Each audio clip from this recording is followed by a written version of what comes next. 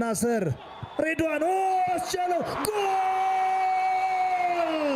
ብርሃኑ በቀለ ባለፈው ሳምንት ለዚህ ደጋፊ ፌሽታ ምክንያት የነበረው ተጫዋች እነሆ በሁለተኛውም ጨዋታ ደገመው። ብርሃኑ በቀለ 8ኛ የውድድር ዘመን ጎል ላይ ደረሰ። ይህ ዋጋው ከየትኞቹም የቀደሙ 7 ጎሎች ከፍ ያለ ነው። ምክንያቱም በቀጥታ ከዋንጫ ጋር የሚያገናኛቸው ሊሆን ይችላልና። ብርሃኑ በቀለ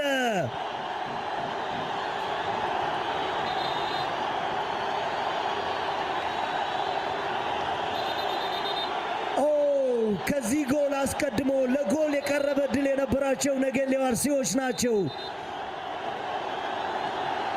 የሮቦት ሰላሉ የቅጣት ምት ኳስ በአግዳሚው ተመልሷል። ኪቲካ ጂማ ጀርባውን ለጎል ሰጥቶ የሞከረውን ኳስ ቋሚውን ታኮቷል።